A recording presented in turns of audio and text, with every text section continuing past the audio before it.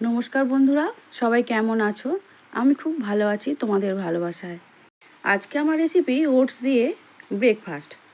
হাতের সময় খুব কম ছিল, সেই জন্য তাড়াহুড়ো করে এটাই বানিয়ে নিলাম। আর খেতেও খুবই সুন্দর হয়েছিল। ওটস নিয়ে নিলাম কিছুটা। ওটস দিয়ে তো অনেক রকমই খাবার বানানো যায়, তবে আজকে আমি বানাচ্ছি একদম কম তেলে হেলদি উপায়ে। ওটসের মধ্যে 1 চামচ গোলমরিচ গুঁড়ো আর পরিমাণ মতো নুন দিয়ে দিলাম। একটা টমেটোকে ছোট ছোট কেটে রেখেছিলাম, টমেটো কুচি দিয়ে দিলাম। আর দিয়ে দিচ্ছি 2টো ডিম ফাটিয়ে। এবারে এর মধ্যে দিয়ে দেব একটা বড় পেঁয়াজকে ছোট ছোট করে কেটে রেখে দিয়েছি, সেই পেঁয়াজ কুচি। সব কিছু একসঙ্গে খুব ভালো করে এবারে মিশিয়ে নিতে হবে আমাদের।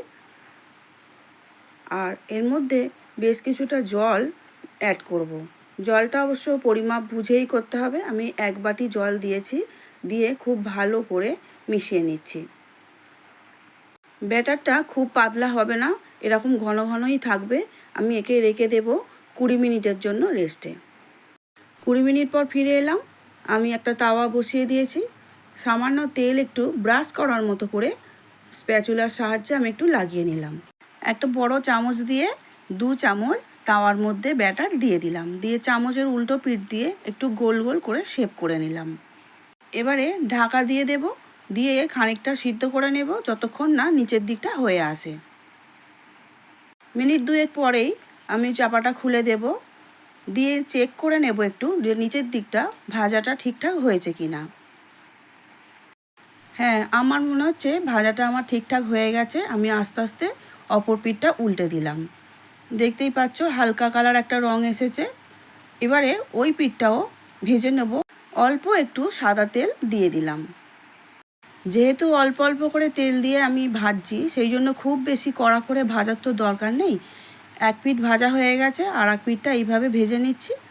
যেভাবে অল্প তেল দিয়ে আমরা এপিঠ ওপিঠ করে ভেজে পরোটা বানাই, সেইভাবেই সেঁকে নিয়ে তুলে নিচ্ছি।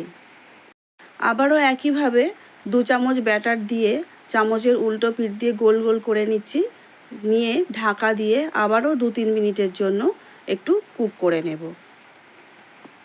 2-3 মিনিট পরেই আমি চেক করে দেখে নিচ্ছি, কারণ ওটস কিন্তু বেশিক্ষণ ভাজা হয় না, একটু পুড়ে যেতে পারে। সেই জন্য খুব তাড়াতাড়ি একটু উল্টে চেক করে নিতে হবে। একইভাবে আমি সব ব্রেকফাস্টগুলোকে ভেজে নিলাম।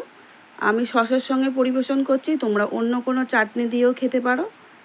এইভাবে ব্রেকফাস্ট বানালে বাচ্চা বড় খেয়ে সবাই খুব খুশি হবে, আর সহজে পেটও ভরবে। আমার রান্না ভালো লাগলে লাইক, শেয়ার, সাবস্ক্রাইব করার অনুরোধ রইল।